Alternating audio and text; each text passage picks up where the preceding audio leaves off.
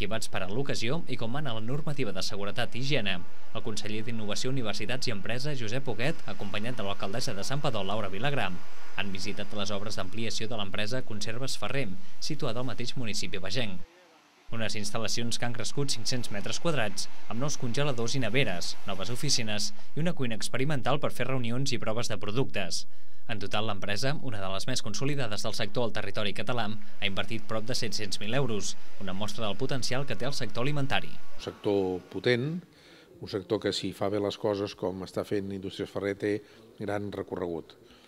L'alimentació és un sector estratègic en el món i aquells països que tinguin una indústria en aquest camp potent i la capacitat de transformar els seus productes i d'altres amb aliments que arribin a la ciutadania té futur, no?